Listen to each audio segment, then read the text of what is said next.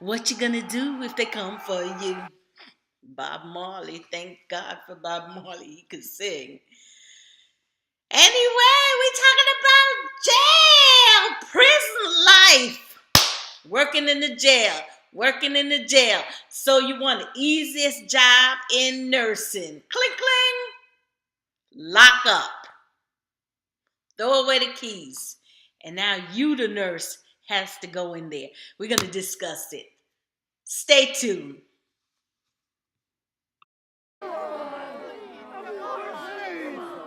Maybe you've been a nurse for a long time and you're considering working in the prison, working in the jail, detention center, or halfway house, or anything consider a lockdown unit where they're housing criminal. Prison life, working in the jail. I have another video that I'll link so you can see it. But I really want to talk about three things: respect in jail, or I might talk about jail, detention center, prison. Basically, I'm talking about the same thing: respect, safety, and your uniform. Believe it or not, attire. Prison nurse, correctional nurse. We're going to talk about life behind bars, and you're the nurse taking care of inmates. And remember that, inmates. But I want you to consider this. You're a new nurse. You've been looking for a job, or you could be a nurse, and this is a new career for you.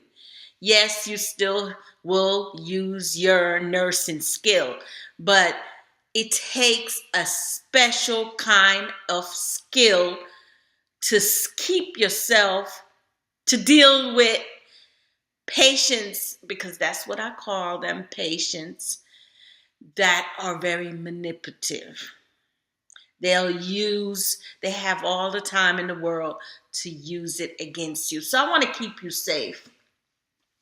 So you decide, especially this video is especially for the new nurses. You just got a job, you like the salary, and you decide you wanted to try correctional nurse. Yes, you will find over the years that you may come back to it because it's the easiest nursing job that I feel. What's easy not be easy for you. So I can deal with working in the jail. So that's my opinion, that it was the easiest nursing job.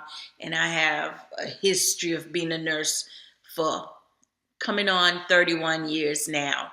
10 years as an LPN and 21 years as an RN. So I feel I can give you a little bit of advice, but the ultimate is you will learn as you go along in nursing what is for you and what is not for you. And so here we go.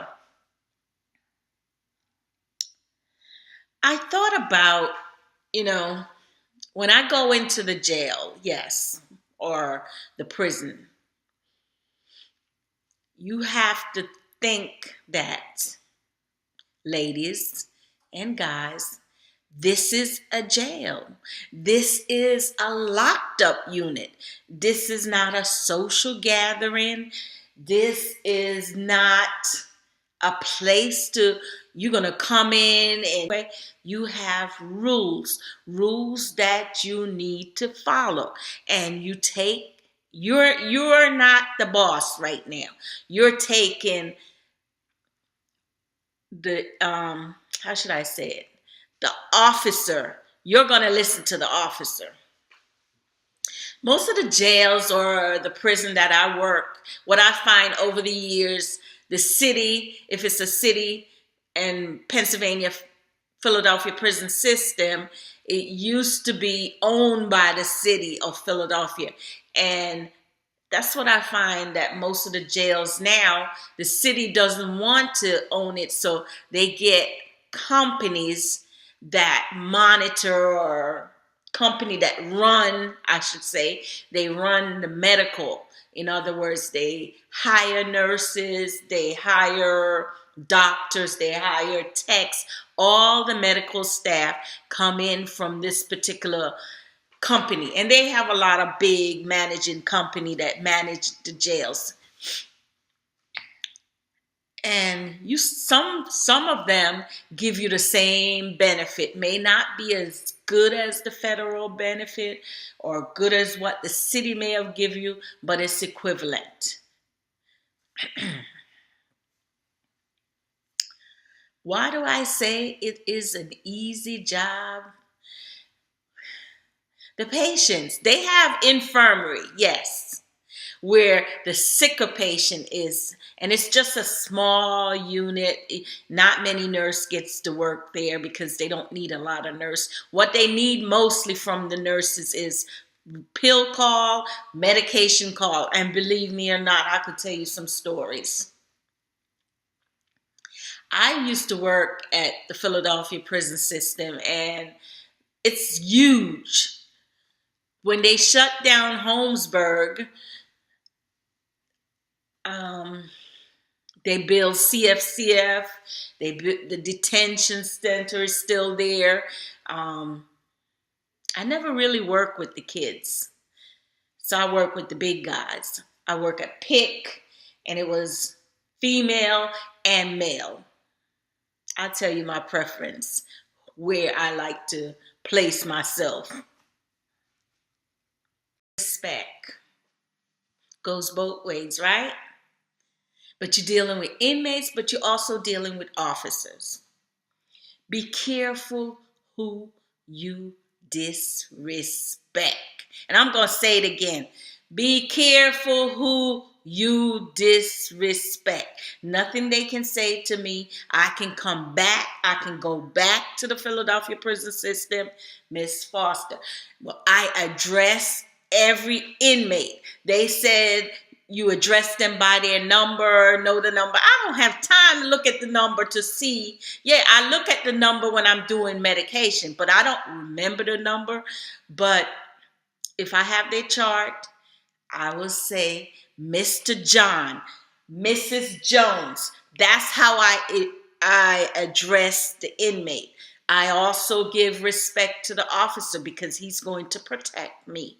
I disrespect no one. And I want to say this because you will because there were times when because I give the respect to everybody, and there was a little 18 years old came in, and I'm saying, Mr. Jones, don't come. I don't know how they do it in the South. They might say just call him anything or treat him anyway. I don't do that because you don't want to attract danger. The goal is to keep yourself safe at all times. So he may carry on. They may come back and apologize. That particular incident, he said, don't come in. I'm like, listen, man, you need to calm down. That's what I told him. You see, I'm trying to help you. That's how you talk to them. I'm here to help you. I'm not disrespecting you, so don't you disrespect me. You know, it's okay. It's okay, officer. He's right there. He's hearing what I'm saying. I'm not abusing them. So I'm trying to help him because he was kind of young. He didn't look his age. Respect goes both ways, right? But you're dealing with inmates, but you're also dealing with officers. Be careful who you disrespect. And I'm going to say it again. Be careful who you disrespect. Nothing they can say to me. I can come back. I can go back to the Philadelphia prison system, Miss Foster. Well, I address every inmate. They said you address them by their number, know the number. I don't have time to look at the number to see. Yeah, I look at the number when I'm doing medication, but I don't remember the number. But if I have their chart, I will say, Mr. John, Mrs. Jones, That's how I address the inmate. I also give respect to the officer because he's going to protect me. I disrespect no one. And I want to say this because because there were times when because I give the respect to everybody, and there was a little 18 years old came in, and I'm saying, Mr. Jones, don't call me Mr. Jones. Call me by my name. Okay? You don't want me to call you Mr. Jones. What do you, so I don't, so I asked him, what would you like me to call you? I don't know how they do it in the South. They might say just call him anything or treat him anyway. I don't do that because you don't want to attract danger. The goal is to keep yourself safe at all times. So he may carry on, they may come back and apologize. That particular incident, he said, don't call me that. I'm like, listen, man, you need to calm down. That's what I told him. You see, I'm trying to help you. That's how you talk to them. I'm here to help you. I'm not disrespecting you, so don't you disrespect me. You know, it's okay. It's okay, officer. He's right there. He's hearing what I'm saying. I'm not abusing them. So I'm trying to help him because he was kind of, I may not have listened and walked into danger. So you gotta listen. You gotta give respect. And I'm not saying respect inmate and break the rules. There's a difference. I'm not bringing you no pen. Don't ask me. As a matter of fact, I'm so strict. I don't think I'm strict. I wouldn't say I'm strict. They may say that. Oh, it's Miss Foster. Ain't nobody getting nothing tonight. Ain't no Tylenol tonight. You not getting anything extra. As a matter of fact, this is how I am in prison. I got to tell you, I have on my coat. I have my uniform on and my uniform jacket. And this is how I am. They call me a prune, but that's okay. I walk out that jail with my license. I'm not there for the inmates. So I want you to understand that. Keep yourself safe. Keep your license safe. And let me tell you, keep your eyes open. I remember, and I'm back in Georgia now. I forgot the place, but it was so far. It was so far. And it was a jail, correctional facility. And I went there and I worked for the agency, send me there. Sorry. And it was I was in the infirmary this time. That means the patients are sick. Some are on dialysis. Some have high blood pressure. Some suicide watch. So they come up in the infirmary and they have a nurse there 24/7, but they didn't have a doctor. And so you take care of those patients. And so I was given medication. As a matter of fact, I was on orientation. So the nurse was giving them medication. And I'm kind of just observing and watching the inmate. And I realized that you really have to watch them because they so fast with the pills. They pass it on. If you don't catch them, I don't see the officer seeing it either because they're so quick. So when it was my turn, after the orientation, I got medication and I got it together. I already know that they didn't think I know what I was doing, but I already clocked them. No, you're not getting anything. If it's not in this book, you won't get it. If the doctor don't order it, you're not getting it. And that's how I roll in every jail, or I even do it in a normal setting. No, I cannot give you any Tylenol. And I'll go if I need Tylenol and I ask the nurse, and if she's taking it from the cart or from the facility, no, you ain't gonna take no, give me no Tylenol, and then you take a codeine and then you say, Patrice, take that. No way. So you gotta be safe. So anyway, what I was gonna say about the infirmary, working in the infirmary. So I worked there like maybe for a week at that jail in it's up in um Gwinnett County in Georgia. I worked there for a week. Every morning I came out, I worked night shift. Every morning I came out, to start seeing the workers, the inmates, the early ride.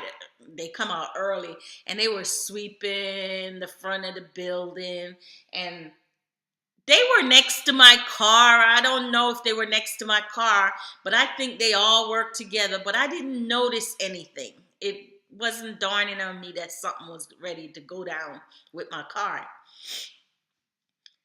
And so every day I come out and everything.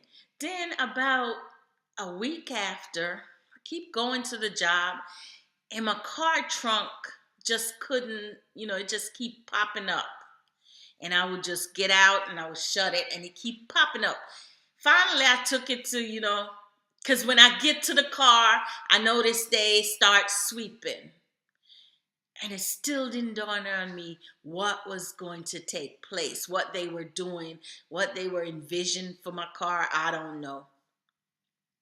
But the trunk wouldn't close.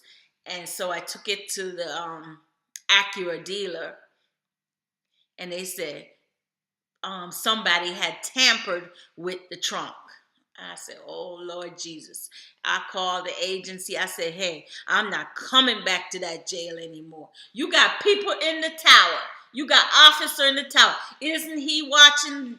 And it's right down where you could see all the cars.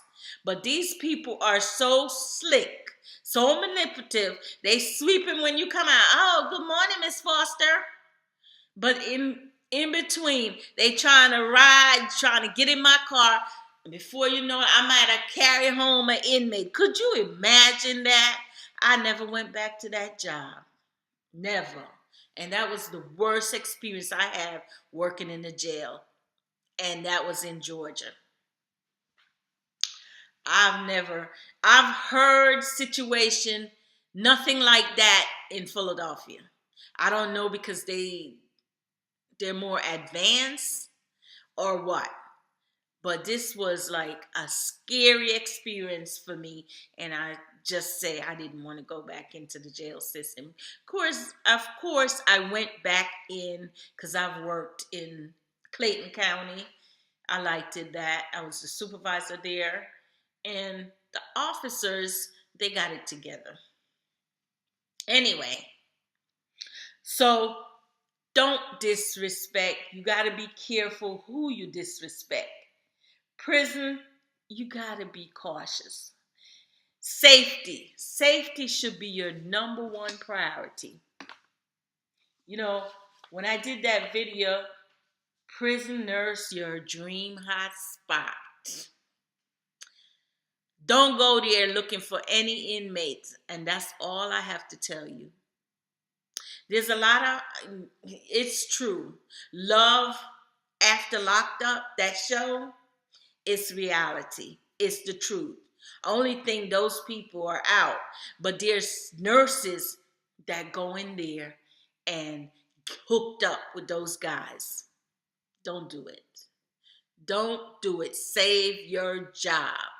If your mind, it's all about your mindset.